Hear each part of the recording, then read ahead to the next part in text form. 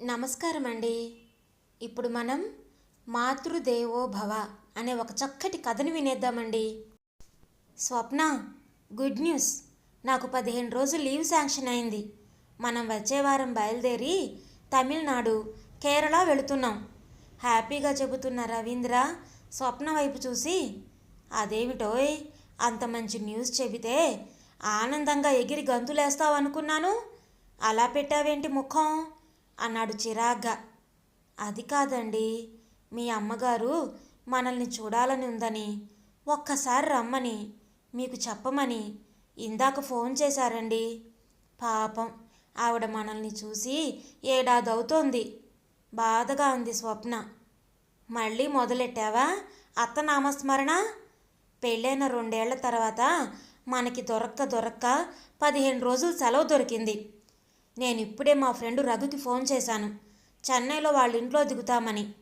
అక్కడి నుండి మిగిలిన టికెట్లన్నీ వాడు బుక్ చేస్తాడు మనిద్దరికి.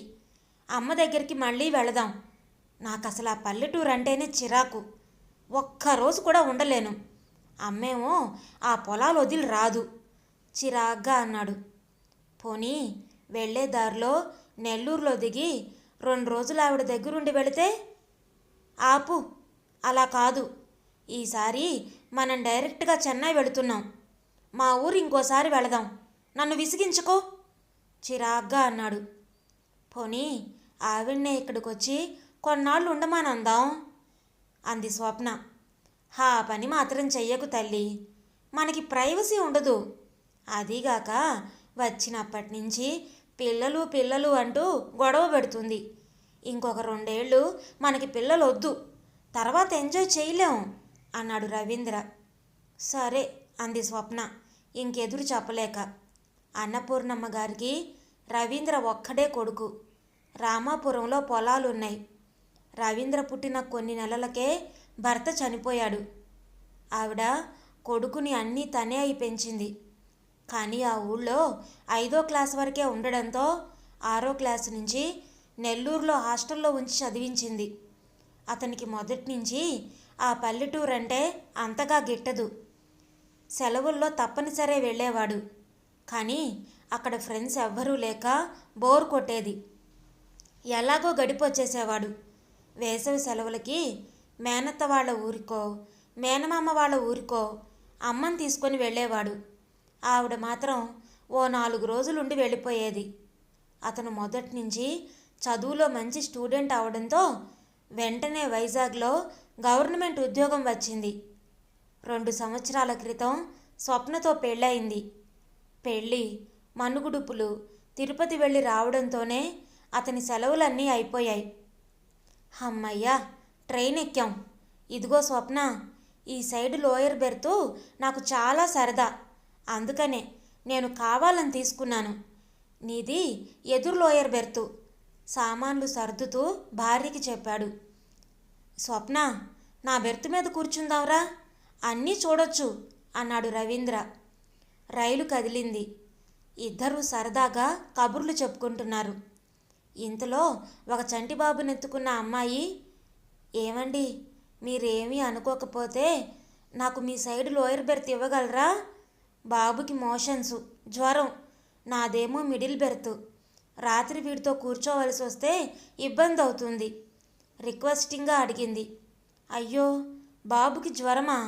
దాందే ఉంది, మీరిక్కడ పడుకుందురు గాని అంటూ తనని అడగకుండా మాటిచ్చేసిన స్వప్న మీద కొంచెం కోపం వచ్చింది రవీంద్రకి.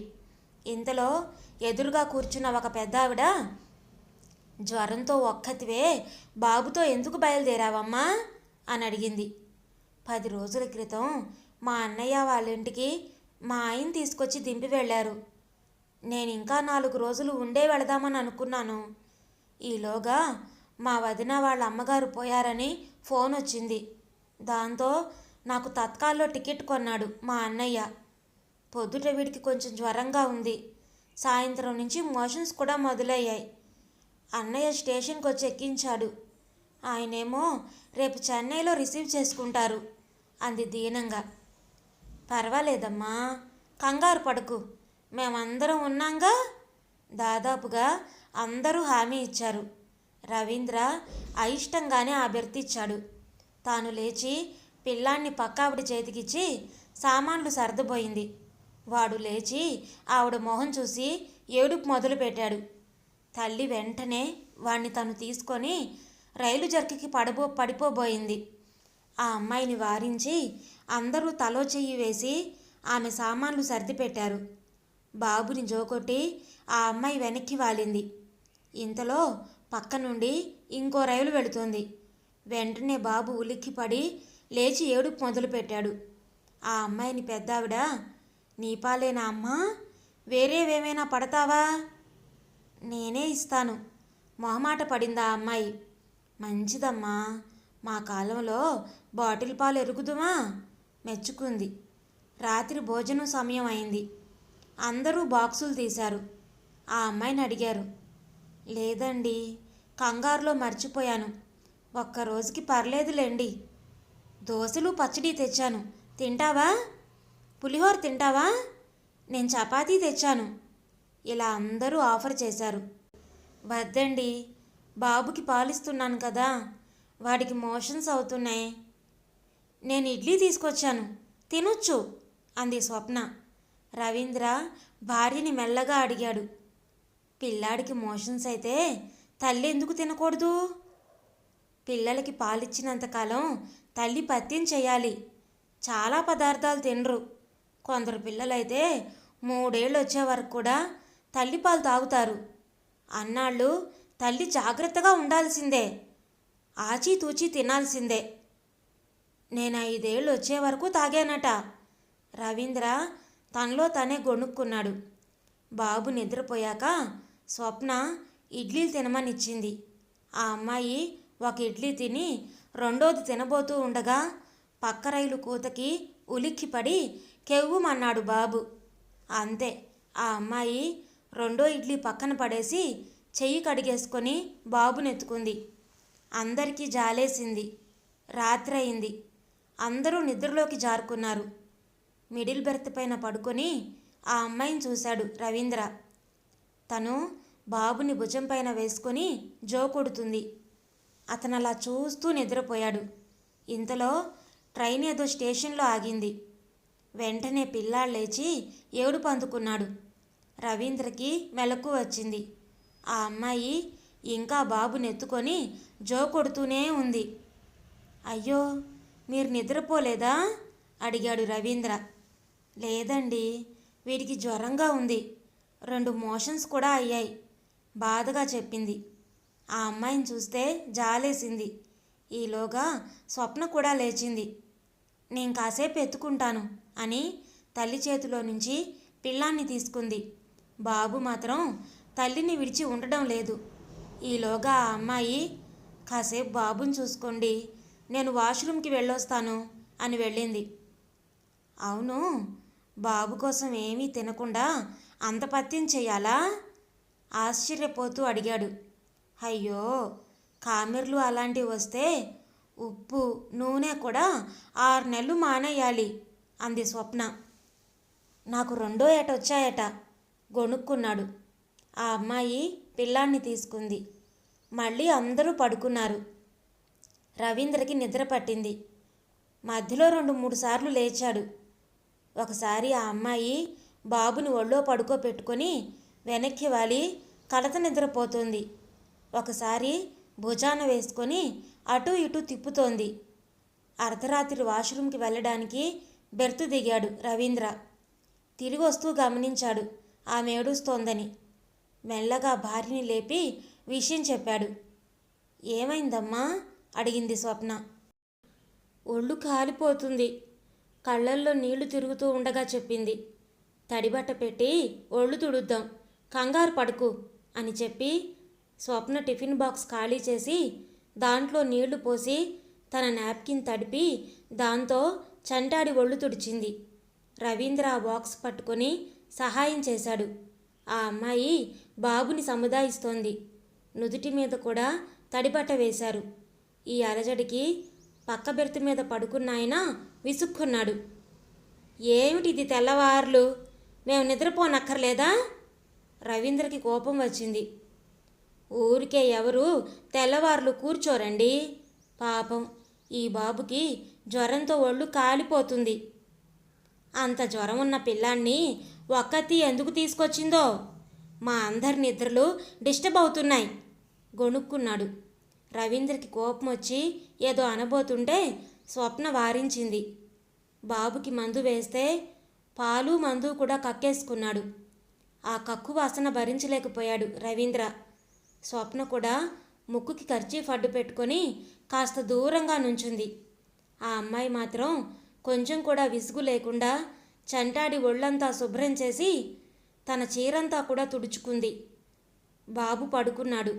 ఆ అమ్మాయి వీళ్ళిద్దరికీ థ్యాంక్స్ చెప్పింది. బెర్త్ మీద పడుకున్నాడు రవీంద్ర. అప్రయత్నంగా కన్నీళ్ళొచ్చాయి. మెల్లగా నిద్రలోకి జారుకున్నాడు. ఇంతలో టీ కాఫీ అరుపులతో మెలకు వచ్చింది రవీంద్రకి. స్వప్న ఆ అమ్మాయికి కాఫీ ఆఫర్ చేస్తే వద్దండి అంటూ మొహమాట పడింది. అలా కాదని ఇస్తే ఆ అమ్మాయి మెల్లగా తాగుతుంటే బాబు ఆ కప్పుని చేత్తో ఒక్క దెబ్బ కొట్టాడు. కింద పడిపోయింది. ఆ అమ్మాయి తాగనే లేదు. స్వప్నని ఎదుటి బెర్తులో ఉన్నావిడ అడిగింది, మీరెక్కడికి వెళుతున్నారు అని. చెన్నై. ఇంతలో బాబుకి కొంచెం తగ్గిందేమో నిద్రపోతున్నాడు. ఆ అమ్మాయికి నిద్ర ముంచుకొస్తుంది. ట్రైన్ స్లో అవుతోంది. ఏ స్టేషన్ వస్తుంది? టీటీని అడిగాడు రవీంద్ర. నెల్లూరు. స్వప్న, మన సామాన్లు తీసుకో, దిగుదాం అన్నాడు రవీంద్ర. ఇది చెన్నై కాదు, నెల్లూరు అండి గుర్తు చేసింది స్వప్న. తెలుసు, దిగుదాం అన్నాడు రవీంద్ర. ఎదుటి బెర్తావిడ, అదేమిటి చెన్నై దాకా వస్తానన్నారు కదా, ఇక్కడే దిగేస్తున్నారేమిటి? ఆరా తీసింది.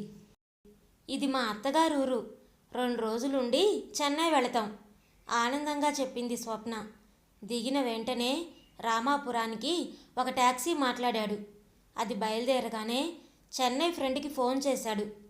ఒరేయ్, ఈసారి రావడం లేదు, టిక్కెట్లన్నీ క్యాన్సిల్ చేసాయి. అమ్మతో ఓ 15 రోజులు గడిపి వెళ్ళిపోతాం అన్నాడు రవీంద్ర. అదేమిటి అడిగింది స్వప్న. ఏమీ లేదు, ఆ 15 రోజుల్లో మన పొలం బేరం పెట్టో కౌలుకిచ్చో అమ్మను ఒప్పించి మనతో తీసుకెళదాం. తర్వాత ముగ్గురం కలిసి చెన్నై ట్రిప్కి వెళదాం హుషారుగా అన్నాడు రవీంద్ర. మరి మీ అమ్మగారికి మన దగ్గర తోచదంటారేమో. ఏముంది, ఏడాదిలో ఒక మనవణ్ణి కని చేతికిద్దాం, ఇక తోచకపోవడం ఏముంటుంది? ఏమిటి మార్పు? ఆశ్చర్యపోయింది స్వప్న. ఏమీ లేదు, అమ్మను చూడాలనిపిస్తోంది ముక్తసరిగా అన్నాడు రవీంద్ర. నెల్లూరు అనేసరికి వాళ్ళ అమ్మగారు గుర్తొచ్చుంటారు అనుకుంది స్వప్న. ఏమీ లేదు, అమ్మను చూడాలనిపిస్తోంది ముక్తసరిగా అన్నాడు రవీంద్ర. నెల్లూరు అనేసరికి వాళ్ళ అమ్మగారు గుర్తొచ్చుంటారు అనుకుంది స్వప్న. కానీ తన కనువిప్పుకి కారణమైన ఆ అమ్మాయిలోని అమ్మతనానికి మనసులోనే కృతజ్ఞత చెప్పుకున్నాడు రవీంద్ర. ఇదండి ఈరోజు కథ. మీకు నచ్చిందా? నచ్చితే లైక్ చేయండి, అలాగే షేర్ చేయండి. మీ విలువైన అభిప్రాయాలను కామెంట్స్లో తప్పకుండా తెలియచేయండి. ఇలాంటి మరెన్నో మంచి మంచి కథలు వినడానికి మన ఛానల్ని తప్పకుండా సబ్స్క్రైబ్ చేసుకోండి. మరొక మంచి కథతో మళ్ళీ కలుద్దాం. అప్పటి వరకు ఉంటానండి.